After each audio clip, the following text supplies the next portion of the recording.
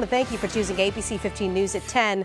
I'm Danielle Lerner. It is a disturbing investigation that is shocking the country. A 29-year-old woman, unable to move or speak on her own, gives birth to a baby, and the facility caring for her claims they didn't even know she was pregnant. Brand new developments tonight as the former head of the department meant to protect the most vulnerable in our community says the state failed and should have shut down Hacienda Healthcare years ago. ABC 15's John Treeweiler spoke with him this afternoon. John, what did he tell you?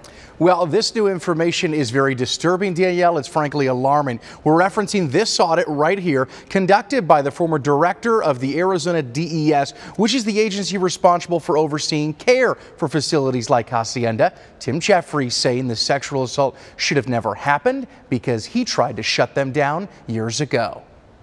Hacienda shouldn't be a vendor right now. Harsh words coming from Tim Jeffries saying he tried to close Hacienda back in 2017 and started exploring the idea after just 35 days on the job. We'd had enough.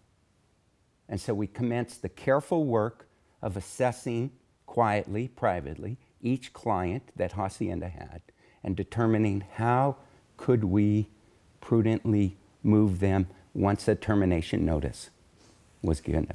An audit conducted by Jeffries' office in 2016 and obtained by ABC 15 shows concerns of fraud and misuse of funds.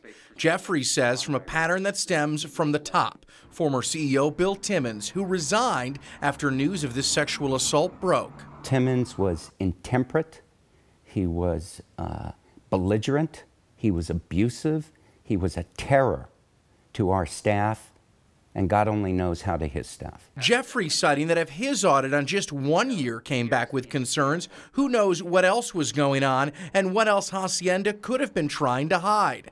Jeffries says he brought his concerns directly to the governor's office. In a statement, Governor Ducey's office telling us today that both AHCCCS and DES raised concerns about potential financial fraud by Hacienda. Both agencies and the governor's office acted on those concerns. But Jeffries says when he was forced to resign by Ducey, all their work looking into Hacienda came to a halt. I was ousted as a result of a manufactured crisis to shut me up and make me go away. Well, I'm not going to shut up and I'm not going to go away.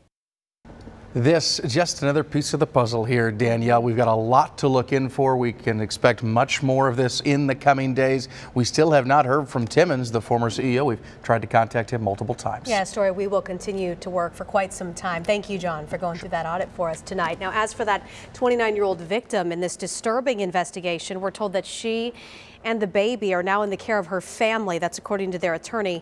Tonight, we are still waiting for results from DNA tests of all male staff members. Officers served a warrant to get those samples earlier this week. Well, that same day, the longtime CEO of Hacienda, Bill Timmons, resigned from his post, and a physical exam from the victim's doctor showed no evidence she was pregnant. That exam done on April 16th, more than 8 months before she delivered the baby. We do have a special page on our website where you can find all of our stories related to this investigation. Just head to abc15.com/Hacienda.